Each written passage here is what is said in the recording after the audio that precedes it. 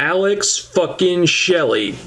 Hell yeah! It's about time that guy came back. Yeah, with him being gone since last summer, the only explanation that I could come up with for why he wasn't on TV was that maybe they wanted to bring him and Saban back at the same time, but I'm thinking they finally just figured, well, we need an X Division guy that can match Austin Aries on the microphone, and Shelley's really the only one we've got that can do that. And maybe Zema Ion too, but he's still unproven in that area. But fuck it. I don't really care what the reason was. I've wanted to see this feud since they signed Aries last summer. You know, this segment was tremendous. They built up to it great with the video package of Aries talking about how none of the other X guys are in his league and he needs some real competition. And this was a perfect setup for Shelley coming out. And these guys played off each other great too, as we all knew they would since they're both like really quick-witted smartasses. And this was the first time since Aries won the title months ago where he was pitted against someone that made me think this guy could take the title from Aries and I'd be totally fine with it. And I'm actually hoping that'll happen. I mean, that'd be awesome if Shelley got an X title run before Saban comes back. And I really marked out when they started name-dropping him, too. Not surprisingly, since I'm a huge Saban mark, you guys know that. You know, Saban and Shelley, those are my guys. This was my favorite segment of the night. And it was refreshing, very refreshing, to see an X Division segment where they got to cut promos. I mean, that's always a great thing, just because it seems to happen so rarely. I mean, I love the matches as much as the next person, but the promos are what's ultimately going to make the matches mean something, and that's exactly what this did. I loved this segment. Now, was the rest of the show as good as this segment was? Not exactly. You know, some parts came close. The beginning and ending of the show in particular I thought were very good. Can't say that about everything, though. I mean, this thing with Eric Young and ODB is just getting more painful the longer it goes on. I'm sorry, but I do not find these two funny. I don't like ODB, I sure as hell don't like Eric Young, separately or together. I used to. Way back when, I was really entertained by them in small doses, but we're way past that now. Now all they do is annoy the piss out of me. But, and this is the part that hurts more than anything, despite popular opinion, I'm not blind, deaf, and dumb, okay? The live crowds really do seem to be getting a kick out of these two together. I see them really appealing to casual viewers, so if the only argument I have against this is that I don't like it, then I'm probably going to lose because obviously there's a fan base for it, as much as I hate to admit it. If the pairing wasn't getting over, then I'd be railing against this, but as far as I can see, it is. That being the case, it's just going to come down to personal preference, and unfortunately I seem to be in the minority on this one, so I'm just going to have to suffer through it. Ha-ha! But that doesn't mean I can't criticize this segment, however. Eric versus Angelina? I have a question. Spike TV says there can't be any male-on-female violence on this show. I'm pretty sure nothing has changed about that. So how in the blue hell does an intergender match even get booked in the first place? It's the same thing with mixed tag matches. Every time they do this, I just have to shake my head because everybody knows the men can't attack the women. And they always try to find little creative ways to cheat it. You know, sometimes they're better than others. This was not one of those times. Eric can't attack Angelina, so instead he dials the insanity up to 11 and starts locking up with everyone in the arena except for her until she gets so frustrated that she just kicks him in the balls. And I did appreciate that. Thank you, Angelina. But then there's this big brawl between ODB and Eric and the time-traveling lesbian vampires, and I'm sorry, but this storyline is just not for me at all. I don't care about whatever this feud is shaping up to be, and I have no desire to see where it goes. Maybe when they feature these two in the future, I'll just go to YouTube and replay the Alex Shelley segment for that week or something. Then they did Mickie James versus Madison Rayne. And for some reason, because their interminable feud last year just wasn't underwhelming enough, TNA had to put them in a steel cage.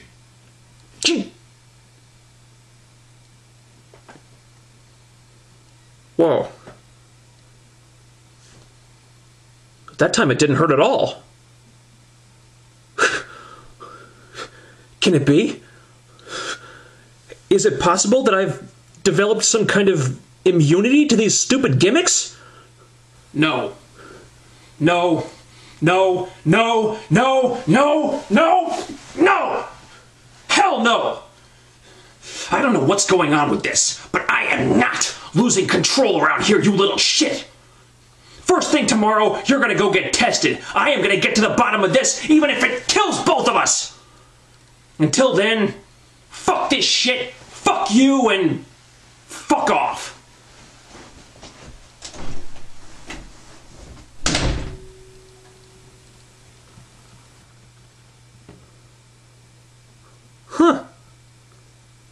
You know what? On my first viewing, I didn't care for this match at all. I thought it was boring.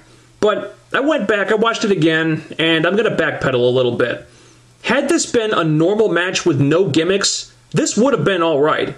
In fact, it probably would have been better than any of the matches they had in their feud last year. Now granted, those matches set the bar pretty low, but nevertheless, this would have been pretty decent. But this wasn't a normal match, this was a cage match. You put wrestlers in a cage, fans are going to expect certain things to happen. But if you're not going to deliver those things, if you're not really going to utilize the cage that much, if you're not going to take full advantage of it, then don't even bother with the cage, just do a normal match. Look, the Knockouts have a pretty good track record when it comes to cage matches. I mean, hell, Mickey had a really nice one with Tara, I think a little over a year ago. And it was good because it was two women who were really good wrestlers, who knew what was expected of them in a match like this, and weren't afraid to lay it all out there and take some risks. Madison Rayne falls into none of these categories. I would like to know who thought that putting Madison Rayne in a cage match was going to lead to anything impressive. I really would. Because they were wrong.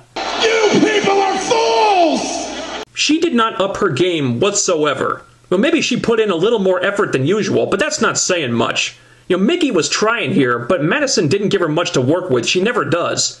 The whole match, she was working very safe. She basically just did her normal moveset with her usual offense that's so weak that people selling for it doesn't even look real half the time. The cage wasn't really used that much. And I'm not saying that you have to have one of the women diving off the top of the structure every time the Knockouts get in there, but make more use of the cage.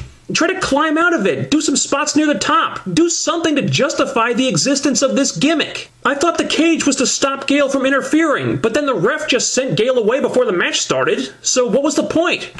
All this really amounted to was a gimmick that really didn't feel justified and wasn't really necessary, in my opinion. I mean, the end result being a cage match that didn't really deliver what you'd expect. And I don't blame Mickey for this. Mickey always works hard, and she proved that she wasn't afraid to go high risk in that cage match with Tara. Madison Rayne is the one who's lazy in the ring most of the time. She's the one who had something to prove here. She could have taken her game up a notch and tried to do something really impressive, but instead she just did what she always does. Am I being too harsh? Possibly. But that's just the way I feel. As I said, had this been a regular match, it would have been fine. And I'll say this, the presentation of it was very good.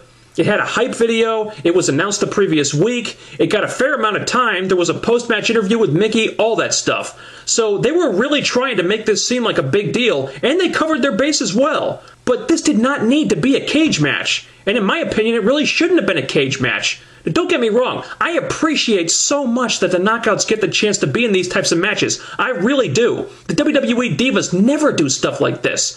But do it when it's appropriate.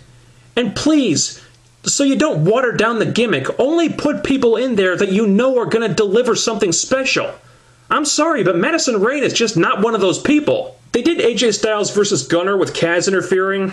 The match was fine while it lasted. It was on the short side, though. It only went about 4 minutes or something. And I didn't buy that AJ would get beaten that easily. I mean, he gets pinned after just a DDT?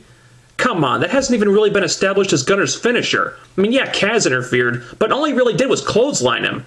So this match could have been longer, but they were kind of fighting the clock at this point, I think. It is good that they're giving Gunner more wins, but if they're just building him up so Garrett Bischoff can take him down, it's all going to be pointless. I did like the stuff with Daniels and Kaz, how Daniels makes him interfere and then makes him watch as AJ gets pinned, and then Kaz does it, but he's reluctant about it at the same time. So it's looking like Daniels has something on Kaz, maybe. And that's good, logical progression for this story. And it's an interesting dilemma to put Kaz in, too. It's not rocket science, but I'm not wondering what the hell is going on and why I should care like I was with the Pope Devon thing. So that story is progressing nicely, and I'm intrigued to see where it goes. And speaking of short matches bugging me, they did Crimson versus Magnus. Crimson wins the match in just over 60 seconds.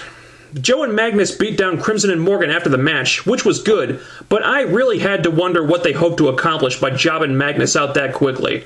I'm not saying he should have beaten Crimson, I wouldn't expect it, but couldn't you at least make him look competitive before he loses? Again, this is the only tag team feud you have at the moment. You can't afford to be squashing the heels like this because you really need this feud to work out until you can get another team in the mix. The beatdown was fine. It was excellent. But that stuff is only going to be effective for so long before you have to start giving the heels more to work with than this. I don't know if it was booked this way on purpose or if it just worked out that way and it was a timing issue. It wouldn't have surprised me because I do think they could have budgeted their time a little bit better this week. Part of the problem was they went kind of overboard with the video packages. Some of them were appropriate, but they did feel like they were getting a little excessive. The one for Garrett Bischoff in particular seemed like it went on forever. That one should have been heavily cut down or just moved to next week. And that video just felt like they were trying way too hard.